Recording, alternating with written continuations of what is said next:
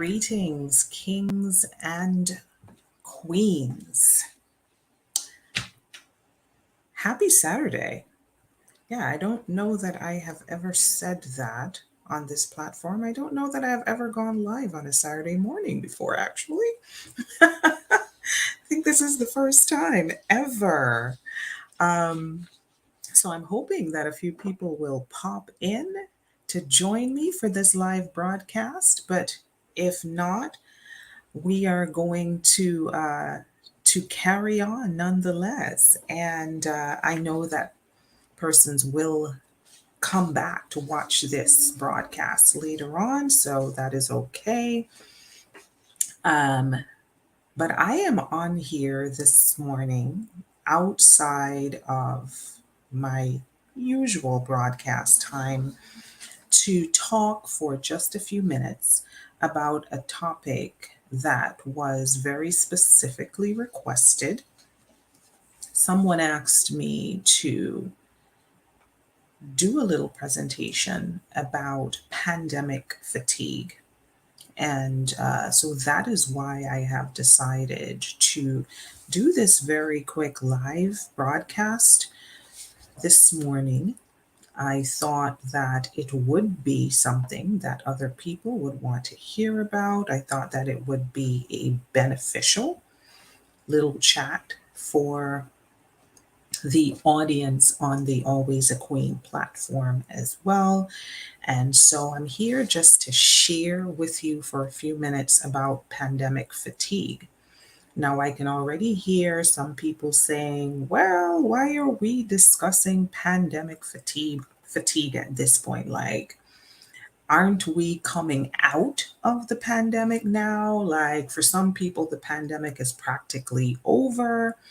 You know, everybody's back outside. A lot of places have already done away with the mask mandates. Nobody's wearing masks anymore, and there's a phrase that has been made very popular. I hear everybody saying now we outside, right? So, since we are outside, for a lot of people, I think there is this idea that the pandemic is over, it's gone, life is back to normal. Actually, the pandemic is not over. And for a lot of people, it is far from over.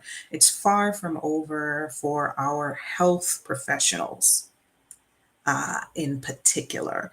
The health, the physical health and the mental health professionals, oh, we are still very much in the pandemic because we are still very much dealing with people who are still feeling the impact of the pandemic. And we are at this point more than 2 years into the pandemic. I think the first rumbles of the pandemic started somewhere in February of 2020. And February of 2020 to February of 22 would have put us at the 2 year mark. And so, as you can see, we are well past that. Good morning, Saran. Thank you for popping on. I am doing a little chat about pandemic fatigue that someone requested. So thank you for joining me for this. I hope other people will pop on to hear this. But of course, you can always go back and listen to the recordings of these broadcasts because they are uploaded to the platform. So not to worry if you can't stay here to listen live. Right. So I was just speaking to the fact that for many people, the pandemic is far from over. I know that there are a lot of people who feel like, yeah, the pandemic is a thing of the past. It's gone. Nobody needs to hear anything about pandemic fatigue anymore. Like, why are we even still talking about this? Is that even still a thing? I am here this morning to say it is still very much a thing. There are people who are still very, very heavily impacted and in severe ways by this pandemic. There are people who have suffered tremendous loss because of this pandemic. There are people who lost their jobs, lost family members, lost their homes because they couldn't work. I mean, the rate at which people were being put out of their homes because they could not afford to pay their rent. I know there was a period of time during which the state of New York, for example, which is where I live, did have like a moratorium of some kind where landlords could not evict people for not being able to pay their rent. But I think all of those moratoriums have now been lifted. I don't know that there really is any safety net anymore for people who still have not been able to recover financially from the pandemic. And you can imagine that there was a financial toll because there are thousands of people who were laid off of their jobs because of the pandemic, because so many places closed down. I personally know persons who have not worked in 2 years. Can you imagine not working for 2 straight years? Can you imagine that? No income for 2 straight years. Think of the impact that that would have on you financially. Just think about it, that not even a dollar is coming in for 2 years unless it's coming from maybe some kind of financial aid that you were able to secure, or a family member or a friend who decided to lend a hand if they could afford to do so. It has been very hard for a lot of people.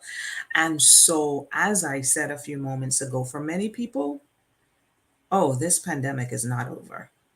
It's far from over.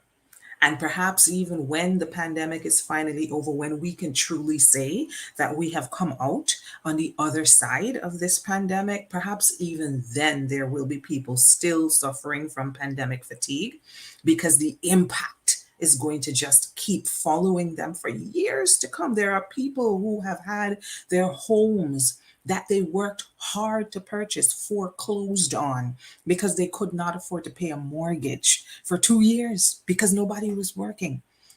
It has been very hard for a lot of people. There are people who have lost multiple family members who died from COVID-19, mothers who have died, children who have died, spouses who have died and left their children behind. I know of families where both the mother and the father died of COVID and left children behind. It has really hit some people hard.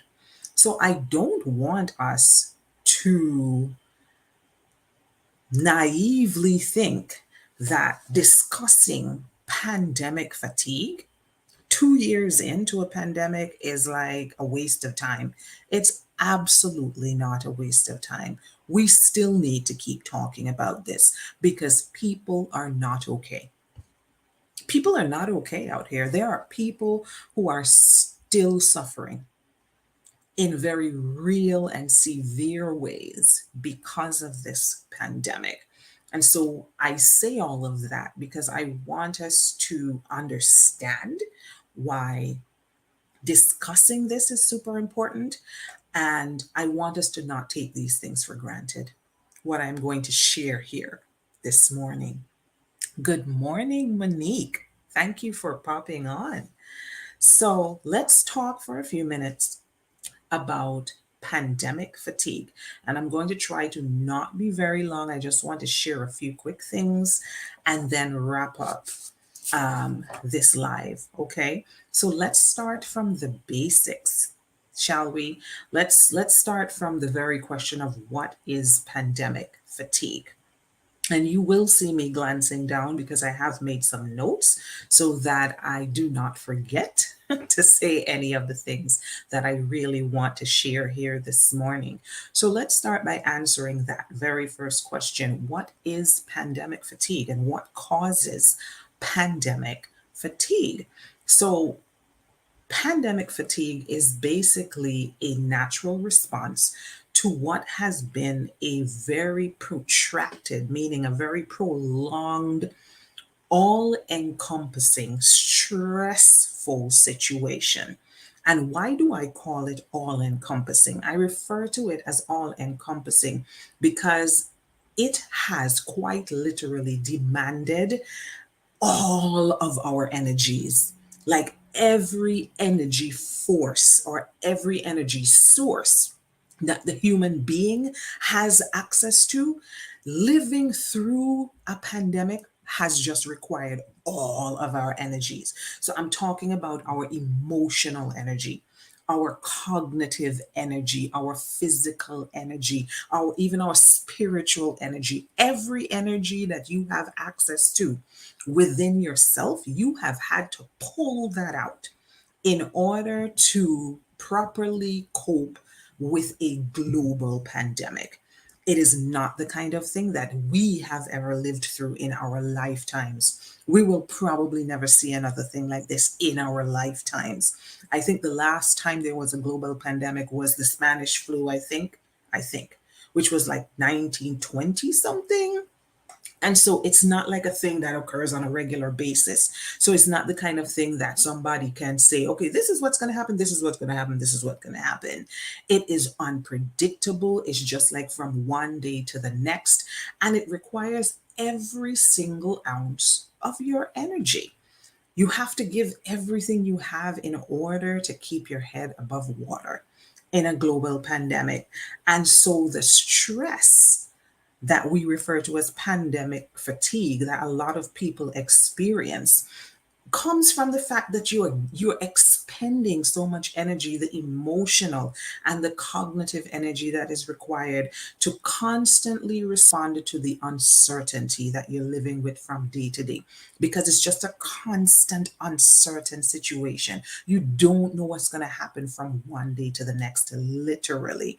And so the constant uncertainty and being able to keep up with the changing circumstances, that is one of the things that really creates pandemic fatigue. Another thing that really helps to contribute to pandemic fatigue is the loss. The pandemic has resulted in a tremendous amount of loss. And make no mistake, loss is not just about death. I want to say that again. Loss is not just about death. I know that many people, when they hear loss, they hear the word loss and immediately they think somebody died. Loss is not just about death. When you hear that somebody is grieving a loss, it may be that somebody died, or it may be that they're grieving a loss of something else. People are grieving all kinds of loss through this pandemic. Grief isn't just about death. Grief is about losing something that is valuable and significant in your life. If you have lost your home that you worked hard to buy because you couldn't pay the mortgage for 2 years and the bank foreclosed on it and you become homeless, that is a huge loss and you will grieve deeply in the same way that you grieve death. There are people who lost jobs that they really loved, that they valued. It wasn't just income for them, it was something that gave their life purpose. And they lose that and they don't know when or if they're going to get back to work. That's a loss. And top that with all of the death, and think of also the loss of all of the opportunities. People lost just a lot during the course of the last 2 years. And so the pandemic has resulted in a tremendous amount of loss for people. And that has contributed to the pandemic fatigue that we're talking about. It's a lot of grieving. It's grieving that is the whole body. It's grief of the mind, the body, the spirit. It's a process that is exhausting. There is no other way to put it. It's the kind of grief that is exhausting. It's also exhausting because you don't ever really have the opportunity to bounce back from it.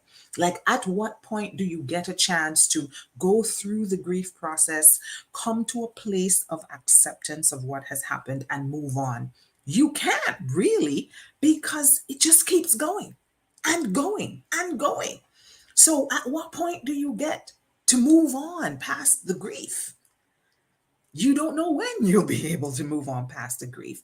And so that takes a tremendous toll on you. All of this contributes to pandemic fatigue, right? Um, there is another thing that I would like to add that I think really contributes to pandemic fatigue as well. And that is the fact that you are required to just constantly remain flexible all the time. This is exhausting to a human being as well. It is taxing on a human to have to remain flexible all the time, never knowing what is going to happen from one day to the next. So it's just constant flexibility. You don't know you know what's going to happen today, but you certainly don't know what's going to you may not even know what's going to happen today. You don't know what you're going to hear when you turn on the news. I mean, there was a fly that just came through my window that is flying all around my head. I don't know. Anyway, sorry. Let me proceed and not be distracted, right? But the constant flexibility can also be exhausting, and you have to keep doing all of the thinking, how you're going to balance the budget, how you're going to figure out, what's best for your children. There was the whole question of, do I send my child back to school or not? A lot of parents were really scared about that. Do I keep my children home? Trying to stay on top of the masking mandate. Do I keep wearing my mask? Do I not wear it? And then, of course, there was the question of the vaccine. That was a big deal for a lot of people. Do I get vaccinated? Do I not get vaccinated? What if this? What if that? And you just have to keep, you don't have any choice but to just keep going with it. Like whatever happens from one day to the next, you just have to keep flowing with it. It's just remaining in a constant state of flexibility. It is that feeling of not being able to control anything in your life.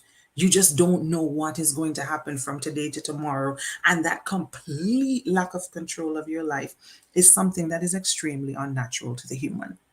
The human brain does not appreciate that, right? ICD is saying, and with that loss came so much isolation for me. Oh, yes. Isolation is another thing that has added to pandemic fatigue. A lot of people have just been existing in isolation, complete isolation, locked down in their homes for one reason or another. Many people far away from their families, right? So I completely understand that. And that all of these things contribute to what we refer to as pandemic fatigue. Okay. And you have to keep living through all of the things that I just described. Your life must go on. You have to keep getting up every day. Some people have to get up, they have to log in, they have to work, they have to keep making complex decisions, they have to keep taking care of their children, they have to keep figuring out the meals, figuring out the bills. They just have to keep going. They have to just keep plowing through. So there is no opportunity to unplug and say I can't, because you don't have a choice. You must keep going, you know and so it's just nonstop. D- do I go out to the grocery store? Do I not? If I do go out to the grocery store, should I wear a mask or should I not wear a mask? How do I balance my work, with supporting my children with their schoolwork, because they're in school online, and it's just all the things. um and so all of these things, the accumulation of all of these things, contribute to what we refer to as pandemic fatigue, right? And of course, some people are going to ask, so how do I know if I am experiencing pandemic fatigue versus just being tired and stressed out? Maybe I'm just tired. Maybe I'm just exhausted. Could it not just be that? Like, how do I know? How do I differentiate between pandemic fatigue and just being exhausted and needing a break, right?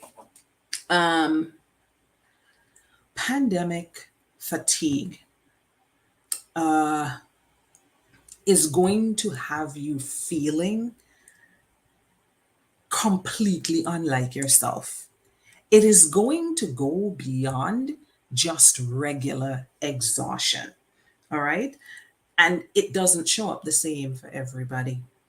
For some people, you might find that they are sleeping more than they normally sleep.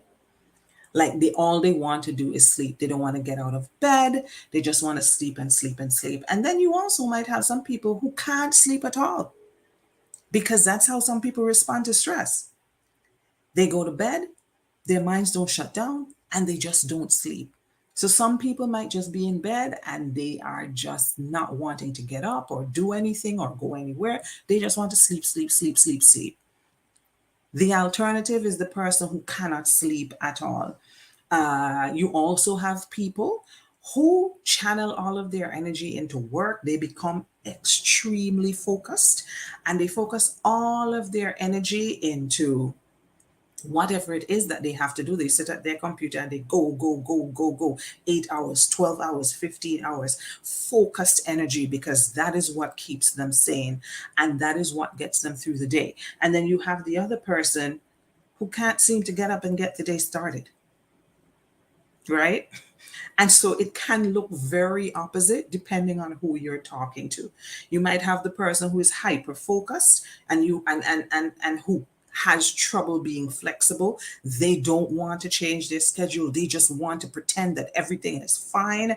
And then you have the person who is struggling to focus even for a half an hour. They sit at their computer, they're trying to work, and it is taking them 5 hours to do what it would normally take them maybe 2 hours to do, because they just cannot stay focused on anything. It's like their brain is scrambled. And so it looks different from one person to the next, right? You might have people who become very quick tempered. They're always angry, always impatient. You might have people who are always feeling sad, always experiencing depressive symptoms, and maybe just feeling numb as well.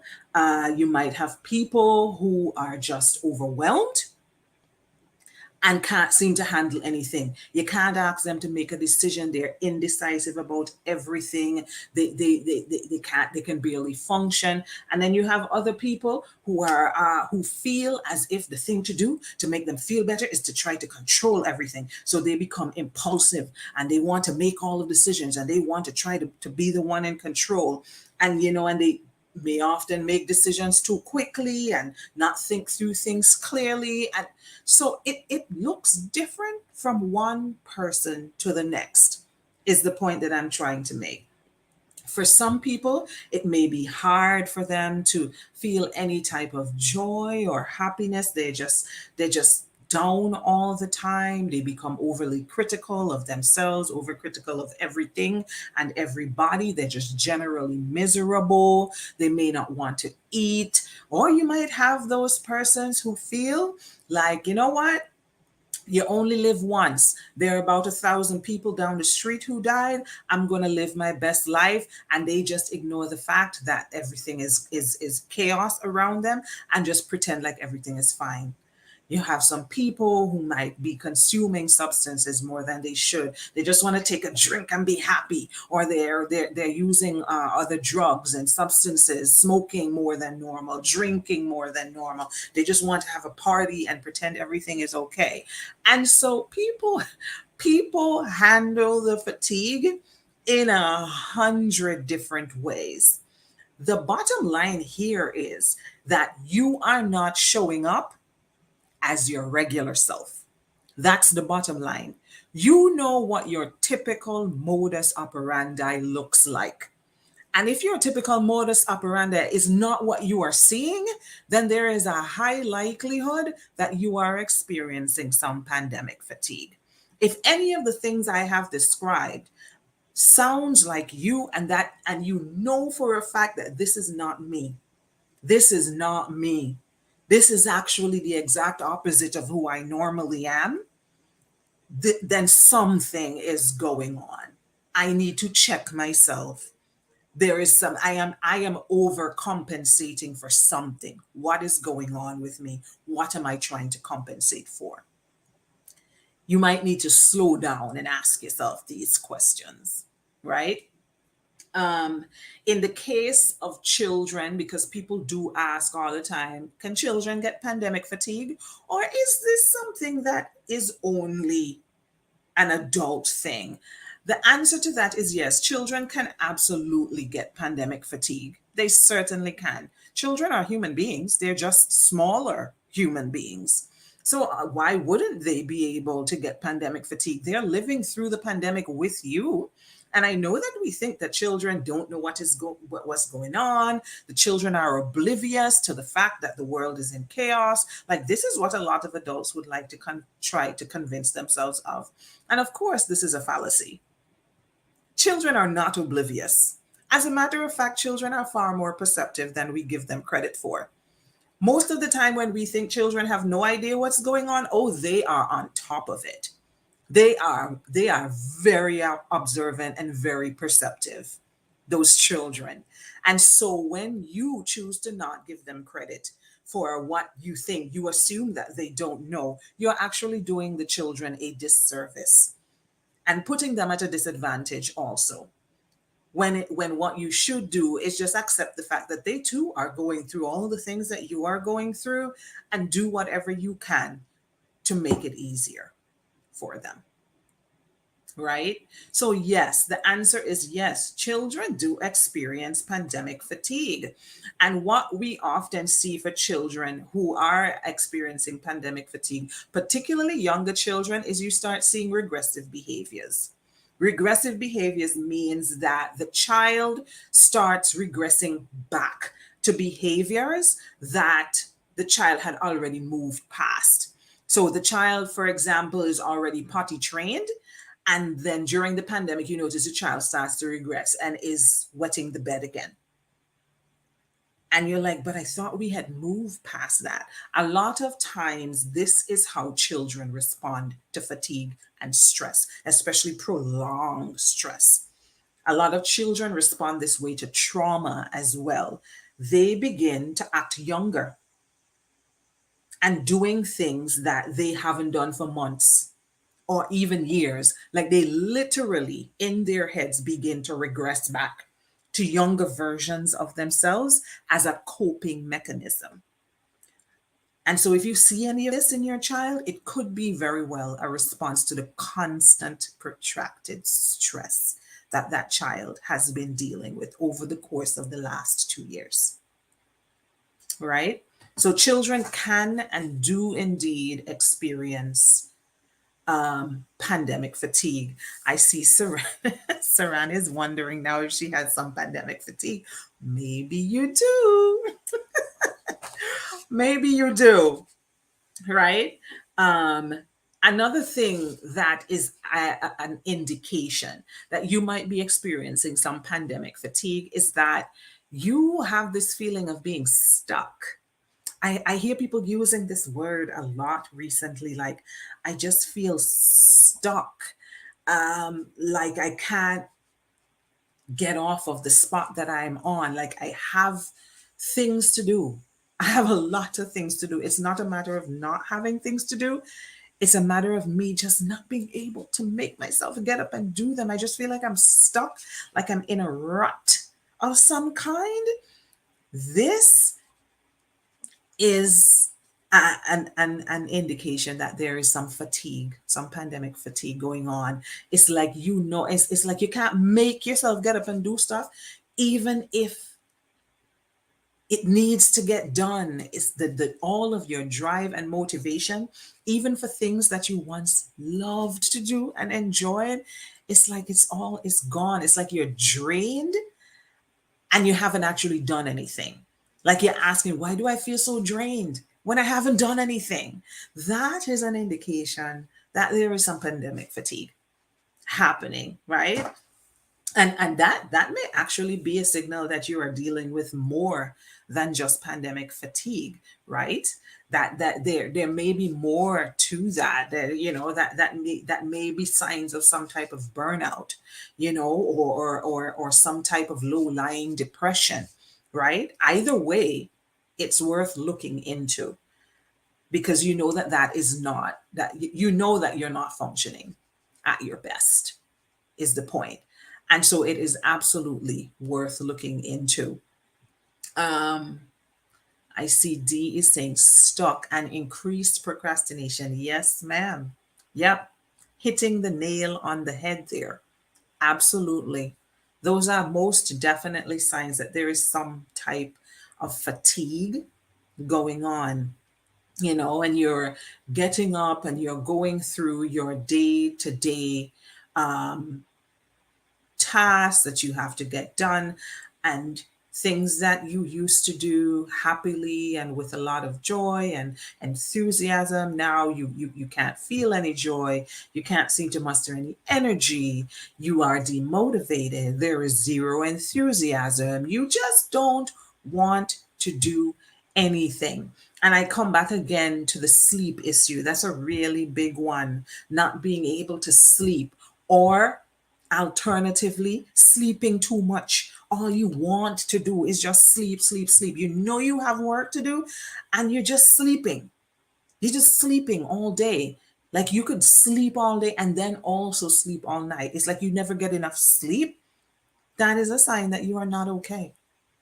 Because no human body requires that much sleep, right? If you're sleeping all day and also sleeping all night, check yourself. Check yourself. You're struggling to get up and go to work, or to do your work if you're working from home. It's a struggle. It's a struggle to even take basic care of yourself. Like some people were really just so low that getting up to take basic care of themselves, get up and take a shower, get up and brush your teeth. Even that is something that some people like they're dragging themselves. Like, I don't even have energy to just do the basic things for myself. That is a sign that you're absolutely not okay. Not okay. Right? So pay attention to sleep disruptions that can have a significant impact on your, on your life. And also, if you're having sleep disruptions, this doesn't help. Sleep disruptions actually exacerbates all other symptoms. So if you have other symptoms that are accompanied by sleep disruption, the sleep disruption, meaning inability to sleep or sleeping too much, is going to make all other symptoms look way worse. Like there is nothing that exacerbates fatigue more than not being able to sleep properly. Sleep deprivation is the worst. It's the worst. I I'm I cannot overemphasize that. Okay. Good morning, husband. I see you in the chat. All right. I see Heather Durham saying good morning. My art saved me, brought me out of my depression, went into my studio and became almost manic, producing work every day. That word manic. I felt that in my spirit when you said that, because I feel like you are describing what I was doing as well. I also can say that I became almost manic in my work. I think to a great extent that is what also saved me during this pandemic. I worked more than I have ever worked in my life.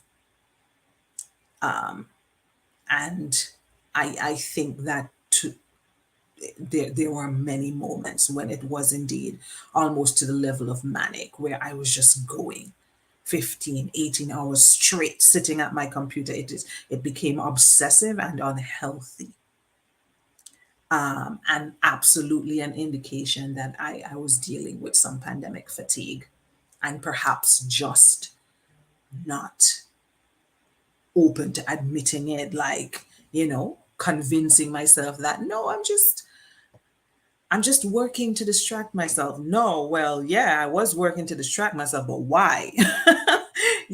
And so I can relate to that. I can relate to that 100%. And I want to touch on um, suicidal ideations, because this is also a indicator that you are not, I mean, obviously, this is an indicator that not only are you experiencing some pandemic fatigue, but it may be an indicator that you are experiencing something a bit more than pandemic fatigue. We had a lot of suicides during the course of the last 2 years. A lot. Like the number of suicides that took place, and I can speak here in New York State, throughout this country, and in other parts of the world, even in Antigua, the number of suicides that we saw, it skyrocketed. People were just taking their lives. It's crazy. And so suicidal ideations, or thoughts of suicide, suicidal ideations is just another way of saying thoughts of suicide. Thoughts of suicide are associated with pandemic fatigue, especially if you fall into the category of people who are not able to sleep. Like, there are people who are going for days without sleep. They just can't sleep. They go to bed, but they cannot sleep because they are so hyper stressed, and have become so hyper vigilant and anxious and fearful. And that over a period of time results in suicidal ideations. And then you see an uptick in the number of people who are attempting suicide, and then also an uptick in the number of people who successfully attempt suicide, which is of course not the outcome that we want to see, but unfortunately happens very often. And so this is something that I must mention when speaking about pandemic fatigue, because this was far too common over the course of the last 2 years. So let's talk about doing something, just to wrap this up. To wrap up, let's talk about doing something about pandemic fatigue, because what we don't want you to do is to ignore it and hope that it will go away. Just ignore it, keep plugging away and just doing whatever you have been doing, and just hope that it will just disappear. Um, in the best of cases, in best case scenarios, yes, eventually it will, of course, pass, as the pandemic will pass eventually, and you will be fine in best case scenarios. But why take a risk? Why not be proactive and try to do something about it? That would be my recommendation, rather than just being passive and sitting by and hoping that it will pass and that you will end up in one of those best case scenarios, because nobody can guarantee that you will, right? And so if you're listening to me right now, whether you're listening live or you're listening to this broadcast at some point in the future, and you feel that you are stuck, and that you are experiencing some type of pandemic fatigue, whether it be very mild or you feel like you are a severe case of pandemic fatigue, you need to reach out for help. Don't just sit by and be passive. If you are disengaging, unable to work, isolating yourself, or you are isolated because you have no choice, because you don't have any friends or family nearby, if you are currently in a state that is completely uncharacteristic of you, like you are literally questioning, who is this person? Because this is not me. And you're literally asking yourself, what is wrong with me? Why am I like this? This is not how I normally am. Reach out for help. Talk to a professional, speak to a trusted friend or to a family member, but reach out. Let somebody know that you are not okay if you are drinking excessively, using drugs or any other substances in excess to try to make yourself get up and go or to make yourself feel better. You are not okay. You need to talk to someone. Do something about it. Do something about it today. Don't wait. Reach out and talk to somebody that you trust. Get help. I am asking you to do something today. Do not wait. Okay? Um, this this cognitive overload that we have all been experiencing has hit all of us. It's and I know that there is this tendency for people to think that it's just me. Nobody else is going through this. I'm looking at other people and it seems like everyone is fine. It's just me. What is wrong with me? I am here to tell you it's not just you. It's not just you, it's all of us. It's all of us. I just admitted a few minutes ago that I myself experienced some serious pandemic fatigue. It's not just you. So there is no shame. There is no shame in admitting that you're not okay. Admit to yourself that you're not okay and seek the help that you need. If you don't give yourself the opportunity to recuperate, it will only get worse. It will just become progressively worse. And like I said at the beginning of this live, don't think that because we're 2 years in and there's now a vaccine and it seems as if the world is reopening and things are coming back to normal. Don't think for a moment that this is over. For a lot of people, this is far from over. There are people who are not going to be able to recuperate from this for years to come. People who have lost their entire families, people who have lost their homes, people who have lost their livelihood, people who are now just completely destitute because they haven't worked in 2 years, no income for 2 straight years. That is not an easy thing. So don't think that because, okay, people are outside, we don't have to wear masks anymore, it's over. No, no, it's not. For a lot of people, this is far from over.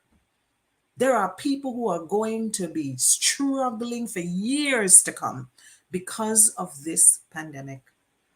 Pandemic fatigue is going to continue to be a thing for a long time. A long time. It is not over. And so we need to come to terms with this and take care of ourselves and also be compassionate. Be compassionate. You don't know what people are going through. I personally know people who haven't worked in over 2 years, lost their jobs like early in 2020 when the pandemic first started and still haven't worked, not a day. How do they survive? This isn't over. That's the point. This is not over. Be compassionate, be kind. You don't know what people are going through. It is tough for some people, really tough. So, this talk about pandemic fatigue is not just for when you are in the heat of the pandemic and everything is really, really terrible and we're on lockdown. No, pandemic fatigue keeps going and it just keeps going because the impact keeps going. It is tough. There are people going through it out here, and they are emotionally, cognitively, psychologically, spiritually, physically exhausted, just exhausted in every way. It's like they have nothing left to give.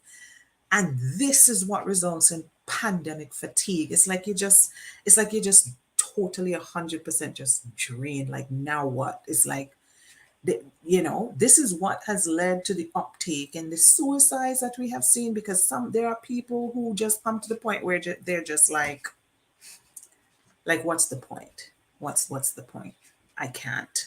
I just can't. I give up. There are people who just reach that point and they cannot, and they just decide that it's better for them to not be here. It's sad. It's sad, but it is true, you know. And so I want to encourage you, let's give ourselves some grace. Let's give ourselves some grace. Let's give others some grace. Give yourself a chance to rest. Give yourself time to take breaks. Do not overwork yourself. Your brain needs some time out. Sometimes you just need to sit still and stop. Just stop and be still. Give yourself a break. If we don't allow our emotions to rest, it is going to decrease our ability to properly respond to the situations that are going to pop up on a daily basis in our lives. You need to take breaks. I had to learn this.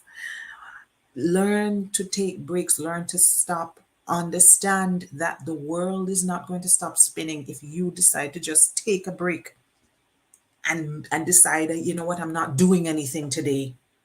The world is going to keep going, my friend. It will. The world will not stop just because you decided that you are going to pause. Take the pause. If you need to pause, pause. The world is going to keep spinning. And I tell you what, if you choose not to take care of yourself and not to take that pause when you know you need it, and God forbid you were to drop dead, the world would still keep spinning. The world would just keep going. Nothing is going to stop because you choose to stop. And when you think of it from that perspective, you realize, listen, why am I not taking care of myself? I need to take care of myself, because with or without me, this world will continue to turn. So let us pause when we need to pause. Let's prioritize self care. Let's prioritize rest. Something else I want to add: take care of your emotional health. During this time, this is one of the things that helps you to combat pandemic fatigue.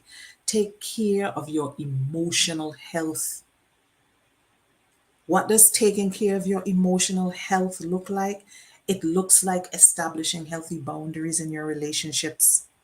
It looks like saying no when you need to say no. Stop saying yes when you really want to say no. It looks like limiting your interactions with people who drain your energy. It looks like limiting your interactions with people who bring only toxicity and negativity into your space. It looks like taking time for prayer, for meditation, for whatever the things that help you to connect to your higher power. That's what I mean by taking care of your emotional health. That is not something that you can just take lightly during a time like this. That is the thing that is going to help you to combat pandemic fatigue right now, especially if you're one of those people who's really going through it right now, going through it personally, going through it financially, and in whatever other way. If you've suffered losses during this pandemic, significant losses, you need to take care of your emotional health. It is important. Check in with yourself. Check in with yourself every day or even several times a day. Check in with yourself. Ask yourself, what am I really feeling? Am I tired? Am I doing too much? Have I eaten well today? Am I sleeping enough? You know, and if you're not feeling okay, stop and ask yourself what's wrong. Check in with yourself. Why am I feeling the way I'm feeling? Get to the root of the issue and deal with it. Stop ignoring when you're not okay. We are in the habit of ignoring when we are not okay and pretending to be okay. Like, why is that a thing? Why are we doing that? Why do people just walk around and pretend that they're okay? I mean, I know the answer to the question, but I'm just asking. When did that become a thing? Where people are just pretending, people just out here not okay and pretending to be okay. And when people ask them if they're okay, they lie and say they're okay and they just keep going. Like, why is that a thing? I feel like I need to do a live broadcast about that. That's a problem. That's a real problem. If we could stop doing that, if we could develop a culture in which people get to really say how they feel instead of pretending to be okay when they're not, imagine how that would change this world. Just imagine. Just that alone would be such a significant change. Imagine it. You know, here's something else. Connect with people who matter to you. Your tribe is really important during this time. Your tribe. I like to refer to it as my tribe. These are the people who are your support system. These are the people who are surrounding you and holding you up when you really want to just fall apart. And they are putting their hands up and holding you and keeping you together during the worst times of your life. And you do the same for them. That's your tribe. And let me tell you, if there is a time when we need a tribe, it's now. It is now. I don't know what I would be doing if it wasn't for my tribe. I don't know. I literally don't know how I'd survive. You need people. You need a tribe around you who is going to help you to keep it together. Don't try to do this by yourself, my friends. Don't try to do this by yourself. Let's see. What else do I want to add? The last point I will make: take care of your whole self. This is my final point. And I know that Saran is going to really like this because Saran is very big on this. And I'm talking about Dr. Saran King. She's in the chat. Take care of your whole self. Saran emphasizes this quite a lot on her platform. She has a platform that is called, what's the name of it? Mind, Body, Spirit. Saran, type the name of your platform in the chat. I don't remember and I don't want to scramble the name, but I do remember, I think it's called A Healthy You, Mind, Body, Spirit. Right, I think I got it. The point is that it emphasizes the importance of taking care of your whole self. Your whole self. This is not a time for you to take care of one area of your life and neglect the other areas. Don't do that. Take care of your whole self. Maybe you can't take care of your whole self every single day, but make a point of taking care of every area of yourself on a regular basis. The mind, the body, the spirit. All of you needs some attention because this pandemic is taking a toll on all of you, not just one area. And so you need to make a point of that, you know, take care of your body, go outside, take a walk, get up from your desk. If you're sitting at home working, take and stretch your body, move your body for a couple of minutes, do a couple of minutes of stretching, yoga. I don't know, get up and do a couple jumping jacks. I don't care. Move your body. You know, Go outside, get a little sun on your skin. Take a little walk around your house or your apartment building or whatever you live, Take care of yourself. Take care of yourself. And that is the message I want to leave you with. Okay? So, this is the end of this live broadcast. Let me take a moment and look at my comment section because I see I have quite a few comments. I would like to just take a moment and look at the comment section before I wrap up.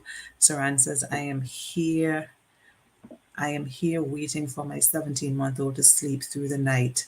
Saran wept. My older son, who is now 6, didn't sleep through the night until he was 2.5 years. Ooh, wow. Saran, I'm sending you a big virtual hug, Saran. That's the best I can do for you, sis. That's the best I can do. Saran says, journaling, quiet time, and creating on Canva are my escapes. Yes. Yeah. Very helpful. And exercise. Yes, I'm glad that you threw that in. Yes, and she says that she knows for sure that she is emotionally exhausted. Oh, a lot of us are. A lot of us are. I have been through a lot of that in the last 2 years as well, and have several times had to force myself to just pause, and just really take a moment. I see Denicia. Thank you so much for popping into the chat this morning, Denicia. Thank you for being here. Hi, Chris. I see you in the chat. Chris says most people don't care about the response when they ask you how you are. This is a profound truth, my dear. This is a fact. This is all facts. A lot of people are only asking just because it is a social expectation. Like, I'm supposed to say, hi, how are you? So I do, I say it, but I don't actually care how you're doing. Like, I don't even really care if you answer. I'm just saying it because it's what is expected, but I'm not particularly interested in how you're doing. So this is true. I know this to be a fact. And it's also sad. It's sad, but it is true. It's true. And I think at some point we're all guilty of this, where we are asking, we're saying, how are you? But do we really want to know how the person is doing? It's something to think about, you know. So there's not much of a point in giving a truthful response, in my opinion. Yeah, I feel you, Chris. I understand. I do. I get it. Hello, Marvin. Thank you so much for popping into this morning's live broadcast. So I am going to wrap this broadcast up. Thank you very much to all of the persons who popped in to interact with me this morning, to chat with me a little bit about pandemic fatigue. We've been 2 years in this pandemic. It has really taken a toll on a lot of people. And I really hope that this little chat this morning is beneficial, to those persons who are able to hear it, whether now or later. And of course, you're welcome to continue to comment on the video if you watch it at a later date. And also, you're welcome to inbox me if you feel like you need some help. If you need to reach out for help, please do not hesitate to do so. You are welcome to jump into my inbox and send me a message and say, I am not okay. All right. I will be back tomorrow evening at 5 p.m. Eastern Time to do another live broadcast. Tomorrow evening, I'm going to be doing a broadcast on nervous breakdowns. So if you have ever wondered what a nervous breakdown is, if you've ever had a nervous breakdown, if you know someone who has had a nervous breakdown, or if you think possibly you've had one and you don't know, or you're going through one and you're not sure, tune in to tomorrow's broadcast. Tomorrow evening at 5 p.m. Eastern, I am going to be going live to talk about what is a nervous breakdown, what it looks like, and what we can do about it. How do we help someone or help ourselves if we feel like we are experiencing a nervous breakdown? So I hope to see some of you on here live tomorrow afternoon at 5. But for now, I leave you all with love, light, and abundance, right? And as usual, until we meet again, I like to say be a beautiful week. But since I'm going to see you again tomorrow, I will just say be a beautiful day. And hopefully, I will see you right back here tomorrow afternoon. So, thank you very much for being here. Goodbye, everyone. Have a great day.